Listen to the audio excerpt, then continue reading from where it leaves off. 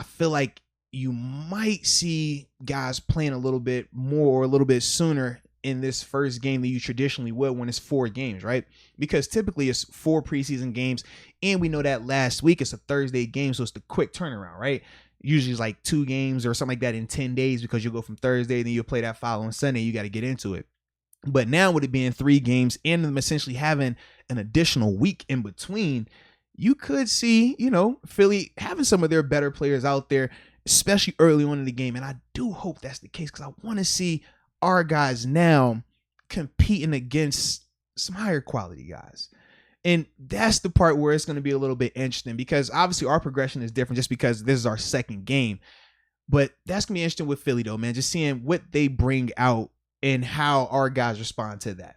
Yeah, because we have no clue who they're bringing out. It could be a pretty nice test for us. Mm-hmm. I'm assuming based off these coaches' comments, man, this dude's all over the place with some of it. Yeah. Talking about competition. He might do rock, paper, scissors at midfield with Mike Tomlin. Who knows, bro? Like, seriously. But he's really big on practice. Mm-hmm. Like, got to practice hard to play really good in the game. So he might have all of his starters out there, at least most of them. Maybe there's a veteran or 2 that don't play, but we'll see, man. I think the really good test, in my opinion, one of them right off the bat, what I was thinking was our cornerbacks versus their receivers. Now, they're not going to have Devonta Smith because he's been hurt. But you remember last year, them receivers they low-key was carving us. Yeah, we're not going to have Joe Hayden out there, I'm assuming. But, like, the receivers that we'll probably face, Travis Fulgham, I definitely think we'll see him again out there. Jalen Reagor? Yeah, definitely think we'll see Jalen. Like you said, Devontae's Greg still Ward, down. He's not that good, but he's had moments. I mean, he had moments on us during that time frame as well. The main thing is, though, just as a test for Cam Sutton and James Pierre, because these dudes are actual receivers in the NFL. Receivers, yes. Because last week, we didn't get that matchup that we were potentially expecting, seeing like maybe Gallup or Lamb out there. Right. That didn't happen. But whoever the hell that was, he got a couple catches on Pierre. I was kind of surprised by that. But it looked like Pierre made like some nice plays on the ball, though. No, he definitely did. Pierre, like, and we did the film review on Pierre, right? But with him, like gauging him off of that, he looked good. But the guy he was going against, you're kind of just like, I want to see somebody legitimate. Like, let me see it. Now, not saying that guy can't grow into a great receiver, right? We saw even with Diggs, right? I think they were posting his first year preseason game highlights and stuff like that recently. It was like, all right, he looked kind of good, but we didn't think it didn't look anything like how it looks now, right?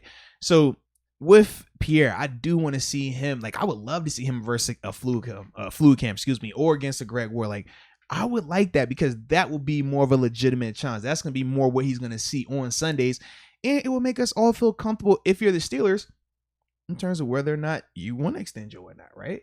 Because if I'm getting a chance to see James Pierre against some of this top tier talent and say he looks shaky, well, now I'm going to be more prone to go ahead and extend Joe. If Pierre is out there and he looks locked down, he's still continuing to play well and be active on the ball.